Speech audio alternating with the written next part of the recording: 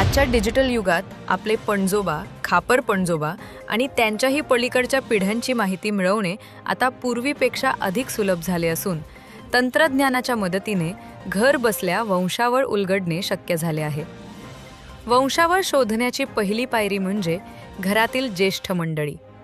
आजी आजोबांशी संवाद साधून त्यांच्या स्मरणात असलेल्या पूर्वजांची नावे, जुन्या कथा, गाव आणि कुलदैवताची माहिती संकलित करणे आवश्यक आहे.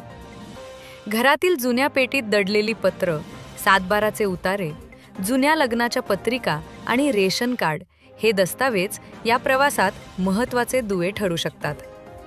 महाभूलेख सारख्या सरकारी वेबसाईटवर जुने फेरफार उतारे तपासाल्यास 3-4 पिढ्यांची नावे सहज उपलब्ध होतात.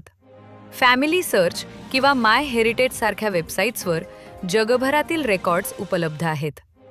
अधिक खोलात जायचे असेल तर हरिद्वार, नाशिक किंवा त्र्यंबकेश्वर येथील बडवे किंवा उपाध्ये यांच्याकडे असलेल्या वह्या हा सर्वात मोठा स्रोत आहे.